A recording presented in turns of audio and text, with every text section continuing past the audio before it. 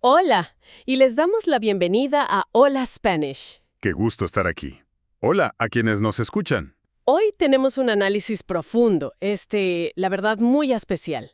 Vamos a explorar un tema fascinante que es, pues, conocer a Benito Juárez. Así es, una figura indispensable. Y para quienes apenas se familiarizan con la historia de México, es un viaje increíble. Totalmente. Y bueno, como este programa es para quienes disfrutan absorber conocimientos con claridad y sin prisas, vamos a llevar un ritmo pausado. Exacto. La idea es disfrutar la plática. Sí, y vamos a explicar las palabras y los conceptos clave paso a paso, ideal para procesar cada detalle sin abrumarse. Me parece perfecto. Es la mejor forma de aprender. Entonces vamos a empezar con una imagen muy familiar en México. Es algo que mucha gente ve todos los días. El billete de 20 pesos. Claro, el famoso billete azul. Bueno, el anterior. Ese mero. Muchas personas ven este rostro, una cara muy seria, todos los días al comprar cosas. Pero pocas conocen la magnitud de la historia detrás de él. Y esa es nuestra misión en la exploración de hoy. Basándonos en documentos educativos e históricos, vamos a desempacar su biografía. No como una simple lección de historia aburrida, no. Para nada, sino como un viaje extraordinario de resiliencia humana. Resiliencia. Esa es la palabra clave aquí. La capacidad de superar problemas muy difíciles. Exactamente. Pues empecemos. Sección 1. Un origen inimaginable. Vámonos al año 1806. Hace muchísimo tiempo. Sí, y el lugar es un pueblo pequeñísimo, San Pablo Guelatao. En el hermoso estado de Oaxaca, en el sur de México. Un lugar rodeado de montañas, y en este contexto nace Juárez, un niño de origen indígena zapoteca. Así es, los zapotecas son uno de los pueblos originarios más importantes de esa región. Y aquí viene una adversidad tremenda. Él quedó huérfano a la temprana edad de 3 años. 3 años, imagínate. Y vamos a explicar esto. Huérfano. Para quienes nos escuchan, un huérfano es un niño que no tiene padres, porque lamentablemente murieron. Una situación de vulnerabilidad extrema. Y aquí es donde se pone realmente interesante la historia, porque de niño él no hablaba ni una sola palabra de español. Cero español. Nada. Su lengua materna era el zapoteco, y se dedicaba a cuidar ovejas en el campo. Era, pues, un pastor. Hay que reflexionar sobre lo que significaba vivir en esa situación. A ver, cuéntanos. Hablamos de pobreza extrema y un aislamiento casi total en el México del siglo XIX. Claro. No hablar el idioma oficial, que era el español, significaba estar fuera del sistema. Fuera de las escuelas, del comercio grande, de todo. Estaba completamente al margen. Sí, las probabilidades de salir de esa situación eran prácticamente nulas. Nulas. Y eso nos lleva a nuestra segunda parte, el camino hacia el conocimiento. O, digamos, la gran decisión. El punto de inflexión en su vida. Exacto. Imagínense, a los 12 años, impulsado por unas inmensas ganas de aprender. Él quería una vida mejor. Sí, quería leer, quería escribir. Entonces toma una decisión radical. Muy valiente para un niño de 12 años. Demasiado. Caminó muchísimos kilómetros, desde su pequeño pueblo, Huelatao, cruzando las montañas hasta llegar a la ciudad de Oaxaca. Es una lección monumental de determinación. ¡Wow! Sí. Llegar a una ciudad grande, completamente solo. Entrar a trabajar para una familia que afortunadamente lo ayudó a estudiar. Y el enorme desafío de aprender español ya siendo más grande. No es lo mismo aprender un idioma desde bebé que a los 12 años y por necesidad absoluta. Totalmente de acuerdo. Y bueno, empieza su trayectoria educativa. Al principio su camino parecía ir por otro lado, ¿verdad? Sí, inicialmente él quería ser sacerdote, ingresó al seminario. Era la única opción para alguien pobre en esa época si quería estudiar. Exacto. La iglesia era la vía principal para obtener una educación formal. Pero luego hay un cambio de rumbo. Un cambio drástico. Su deseo profundo de ayudar a la gente, de buscar justicia, lo llevó a dejar el seminario. Y decidió estudiar leyes. Así es. Y para nuestra audiencia, las leyes son las reglas de un país, las normas que todos debemos seguir. Él estudió eso para convertirse en abogado. Y fue un paso brillante, porque para cambiar las cosas necesitaba entender cómo funcionaba el sistema legal. Dominar las reglas del juego. Precisamente. Y vaya que las dominó. Lo que nos lleva a la tercera sección, el ascenso al poder y las leyes de reforma. Aquí es donde verdaderamente empieza a hacer historia a nivel nacional. Porque su ascenso es impresionante. Pasa de ser un abogado dedicado a gobernador del estado de Oaxaca. Y no se detiene ahí. ¿No?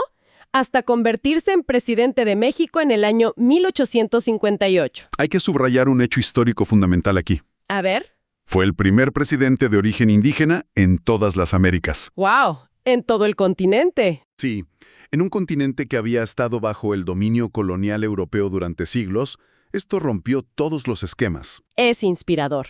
Y ya en el gobierno, él implementa unas reformas muy famosas. Las famosas leyes de reforma. Exacto.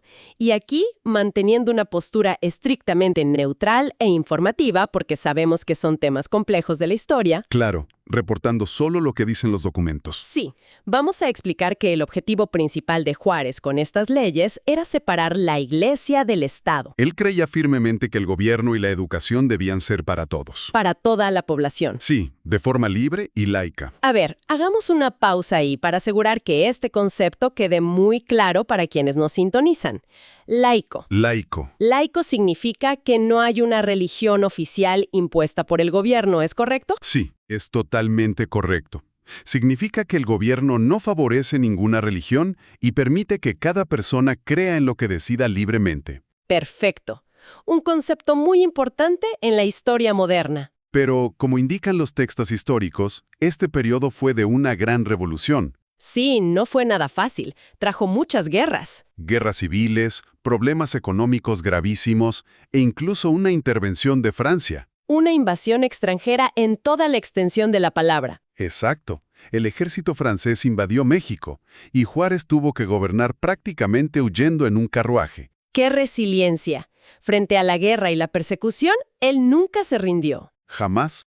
Y esa resistencia firme fue lo que con el tiempo le valió un título muy honorable. El título de Benemérito de las Américas. Que significa alguien que es digno de un gran premio o reconocimiento por sus acciones a favor de su país y del continente. Es una historia de película. Pero además de sus acciones, Juárez nos dejó palabras inmortales. Que es el tema de nuestra cuarta sección, la disección de su frase más célebre. Sí, una frase que absolutamente todos los niños en México aprenden en la escuela primaria. Todos la hemos recitado alguna vez. Vamos a decirla. Es, entre los individuos como entre las naciones, el respeto al derecho ajeno es la paz. Es una frase con un peso filosófico enorme. Y para quienes están aprendiendo español con nosotros hoy, vamos a desglosarla, a repetirla lentamente por partes para entenderla bien. Me parece excelente. Empezamos. Entre los individuos. Eso se refiere a las personas, entre tú y cualquier otra persona.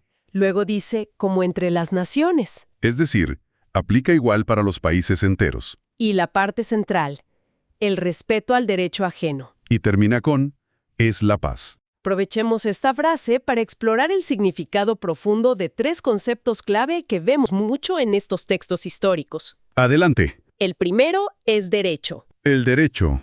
Esto es lo que una persona puede hacer o puede tener, según la ley. Es tu garantía de ser tratado justamente. Muy claro. El segundo concepto es respeto. Respeto.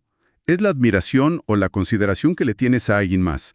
Entender que esa persona tiene el mismo valor que tú. Y el tercero es paz. La paz, que es básicamente lo contrario de la guerra. Es el estado de tranquilidad, de no tener conflictos con los demás. Entonces, si juntamos todo, la conclusión es muy poderosa. Totalmente. Esta frase no es solo una postura política de un presidente. No, es una lección de vida. Una lección aplicable a nuestras relaciones diarias. Si respetamos lo que es de los demás, sus derechos y sus límites, no hay conflictos. Así de simple y así de profundo. Si respetamos a los demás, hay paz. Y con esta idea, Juárez se consolida como un símbolo de justicia y paz en todo el mundo hispano. Es un legado impresionante. Bueno, ya estamos llegando al final, a nuestra conclusión. Vamos a hacer un pequeño resumen de esta aventura que acabamos de explorar. Un viaje increíble, sin duda. Vimos la historia desde un niño huérfano, un pastorcito en Oaxaca que no hablaba español Hasta convertirse en el presidente que transformó las leyes de su país y que defendió la soberanía contra un imperio europeo. y dejó un legado mundial de paz y respeto. Y creo que aquí hay una conexión muy inspiradora para nuestra audiencia, especialmente para quienes están invirtiendo tiempo y esfuerzo en aprender un nuevo idioma, como el español con nosotros. Es una conexión directa. La historia de Juárez demuestra algo fundamental, ¿Qué nos demuestra? que aprender un nuevo idioma o adquirir nuevas herramientas educativas puede cambiar drásticamente el rumbo de una vida. Sí, no importa de dónde se empiece. Él empezó cuidando ovejas y sin hablar la lengua oficial. El conocimiento te abre puertas que parecen imposibles de abrir. Es un mensaje hermoso para motivarnos a seguir aprendiendo. Y para cerrar, me gustaría dejar a la audiencia con una pregunta, un pensamiento provocador para reflexionar una vez que termine este programa. Me encantan esas preguntas. A ver, La historia destaca cómo Juárez tuvo que aprender español y tuvo que dominar las leyes de ese sistema establecido para poder cambiar su país desde adentro. así es. Tuvo que usar sus herramientas. Entonces, esto nos invita a preguntarnos, ¿es absolutamente necesario dominar las herramientas y el idioma del sistema actual para poder transformarlo desde adentro? Una gran pregunta. ¿O existe también el poder de cambiar el mundo usando únicamente nuestra propia voz original? ¡Guau! Te deja pensando muchísimo. ¿Tenemos que adaptarnos al sistema para cambiarlo o podemos cambiarlo siendo completamente nosotros mismos desde el inicio? Es algo para explorar por nuestra cuenta. Pues con esa gran reflexión nos despedimos por hoy. Ha sido un análisis profundo, muy enriquecedor. Gracias por acompañarnos en este viaje por la historia en Hola Spanish. Gracias por escuchar. Sigan practicando su español. ¡Hasta la próxima!